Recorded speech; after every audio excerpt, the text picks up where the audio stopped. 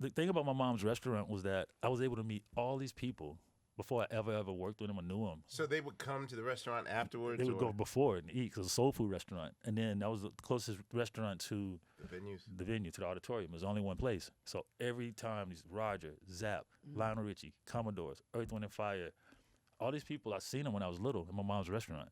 Did you ever? Is it ever a circle back to some of these Oh, folks yeah. now? And they're like, you like remember All me? of I them. was a little boy. So Especially George. okay. George has been, since I started Dark, since the times you were there, George was around then. Yeah. That's when he was really starting to hang around us. You worked on Dark. Hollywood, right? I think. Yep, I did Hollywood. But him, Lionel Richie, all of them. I got a chance. Natalie Cole. They must be so proud of you. Like, damn. Yeah, it's a full circle trip. You know, I What pinched was myself a your lot What of was your times on that. favorite Parliament album? Parliament P-Funk in that. I was like, I really like. I was in the Cosmic Slops album first, like with Maggot Brain, and makes sense, just because my brothers and them was just play it over and over and over How again. how much older were your brothers than you? Like 5 years. So like Are you the middle or are you the baby? I'm the baby. Okay, cool. So Wait, you're the baby? yeah, I My thought br- my- that my- who's the hype man for Another Bad Creation? GA. That's that's my nephew. GA, that's right. I thought that was your forgot brother. about that. Okay, I'm sorry. I thought that was your brother. That's your nephew. That's okay. right. But actually, my cousin, my aunt's son. That was So, like an urban legend when we was younger. Like, you know this? Okay. Right. Yeah. yeah, all of us was down in Columbus, man, and then my brother who brought the keyboard ended up breaking I was playing Get It Up one day from the time over and over and over and over again because that's how I learned how to play. Right. And my brother came in one day, said, "Mom said clean up the room," and I wasn't listening, so he picked the keyboard up, threw it, broke it. I tripped out, flipped, my mom's restaurant was connected to the house we stayed in at that time. Uh-oh. So it was like soul food restaurant in downtown Columbus, so everything was going down. Like everything was going down. And it was just bad. It was just dark. And so He broke your keyboard? The one he paid for? yeah. And I tried to kill him. Oh. No, this is. But I was so little, when you're little, you don't know better. So, I ran downstairs to my mom's restaurant, get a knife, run upstairs, and crying. My mom was like, what's going on? Because that keyboard was the only thing that got me into bands with people that was like bigger, like Kevin Bradshaw and them, who ended up being like Basic Black. They had bands, So I wanted to play in the band and be like Dr. Fink for real or Jimmy Jam for real. And now you just ruined my dream. So And how old are you now? Are you talking about 12. this? Okay. Speaking of which, we found this out recently that Prince initially wrote Get It Up for Yeah. Brick. For Brick? They didn't like it.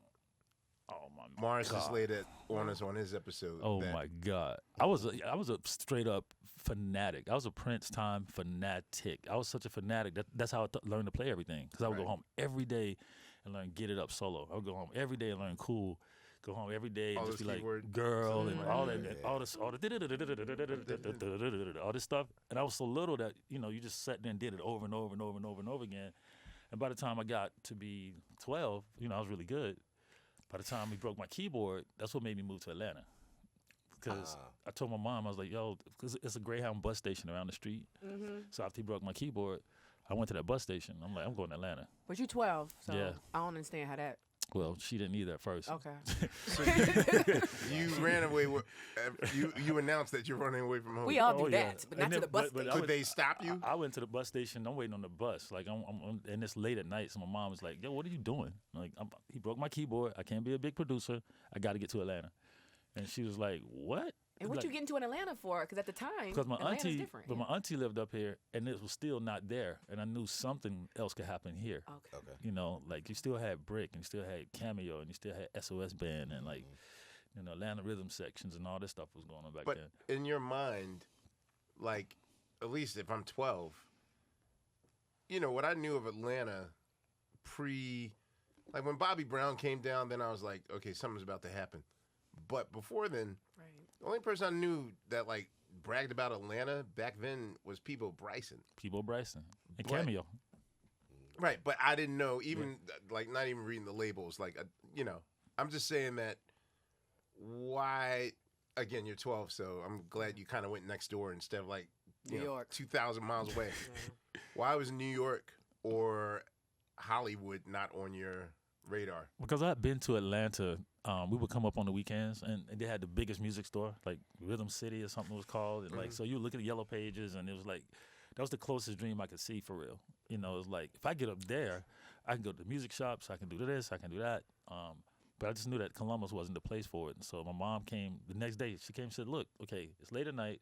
I know you're stubborn. I know you're mad. Just come on back to the house and we talk about it. And no buses are leaving tonight anyway. So, come on back home. It's fine. We can deal with it tomorrow. So I went back home, woke up the next day. Was he there? Oh yeah, no, he was going drinking Budweisers by then. He was like, Okay. He know that he realized at that point how what had happened. Right. And so the next day I got up during the daytime. I went down to my mom's cash register in the restaurant, got me like $20-$40. Went back to Greyhound bus station, and then now it's full on. Now it's daytime. The buses are leaving, and so she comes back around again, and she's like, "Yo, what are you doing?" I'm like, "I'm going to Atlanta. I can't stay down here. Dude broke my keyboard. All my brothers were like, in jail a lot. Like we had a lot of just jail and darkness. So it's me and my mom were really close. And it's absolutely not repairable at all. It was repairable. It just didn't look like it. Right, because okay. you're 12. The two keys came off the beginning. You mean the keyboard? I thought you meant the relationship. The My relationship. bad. Oh, yeah, that too. Oh, the keyboard. Well, then my mom was like, "Well, look, if you're that determined, you're that stubborn, then give me some time to sell the restaurant. I'm going with you. You're not leaving me." Wait, time out. That's dope. She's willing to do that for you? She did that, That's your best friend for real. and that's how I got to Atlanta. So she came up, sold the restaurants. My dad was really prominent in Columbus. He did a lot of stuff with the city, he did a lot of stuff with the streets and gangsters and all this stuff. He was just that guy.